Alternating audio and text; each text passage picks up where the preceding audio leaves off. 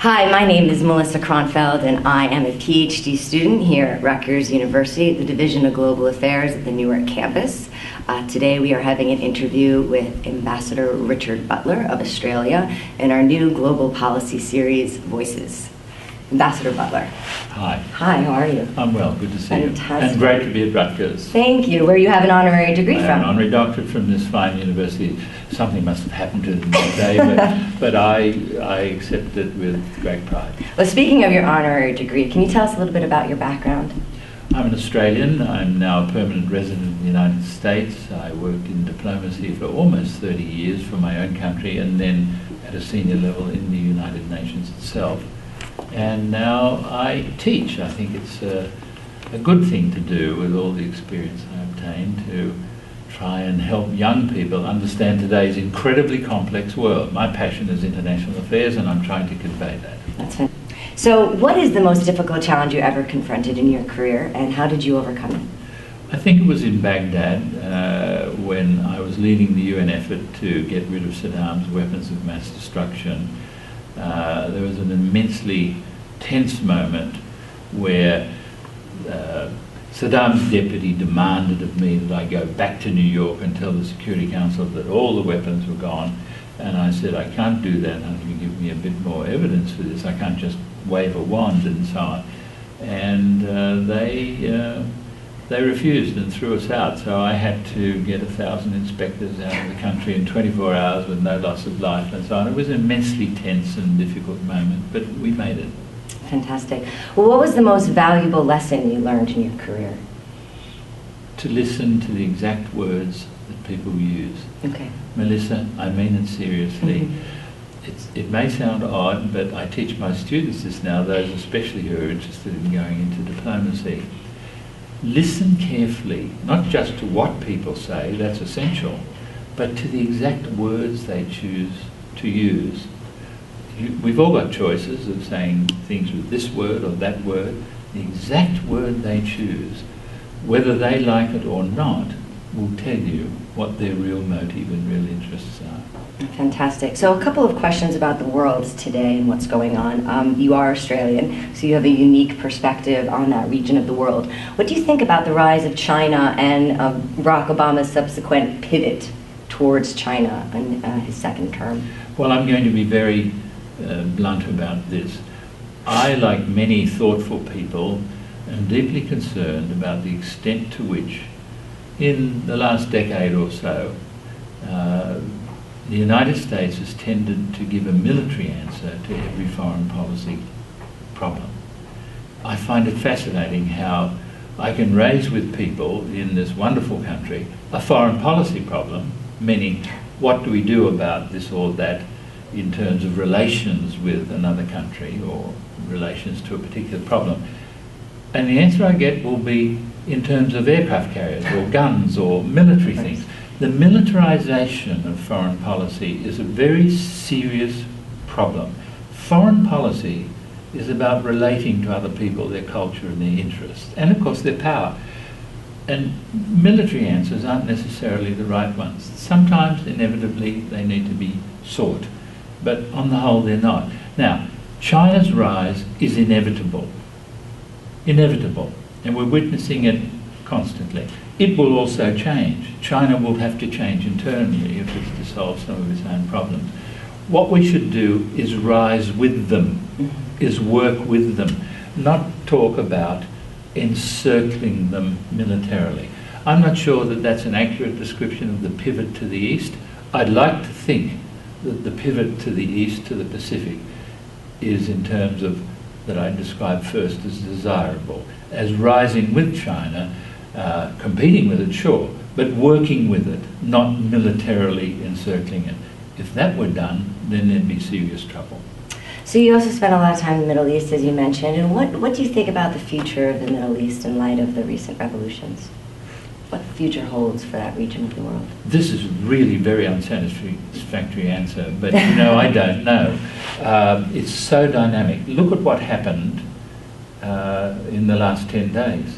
Now, by the time people are watching what we're talking about, a further 10 days will have occurred and it would have all moved on. What I'm getting at is The new president of Egypt did what appeared to be splendid work in helping stop the fighting that was taking place between the Gaza, Hamas, and Israel.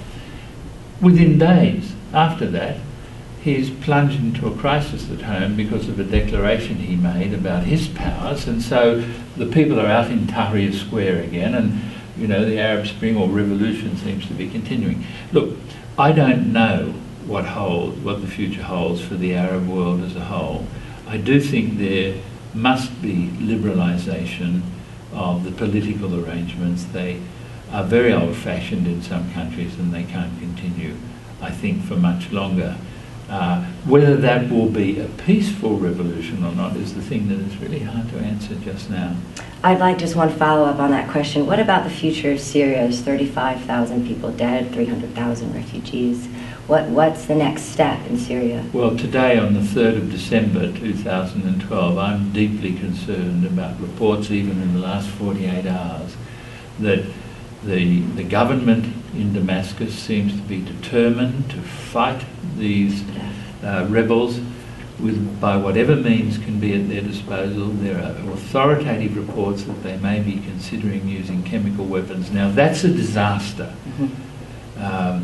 And so I'm quite pessimistic on the 3rd of December this year on where that's going to go.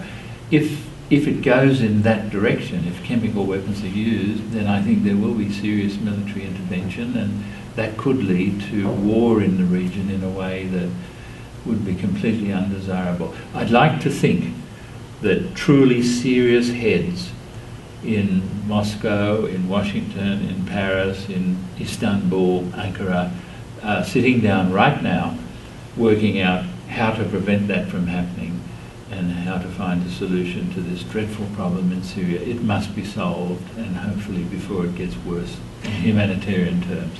Speaking of chemical weapons, you spent your career working with, or against WMDs, I should say. What does the future hold for weapons of mass destruction, chemical, biological, and or nuclear? Well, my special field was nuclear weapons, but in my Iraq role, I had to look at chemical and biological as well.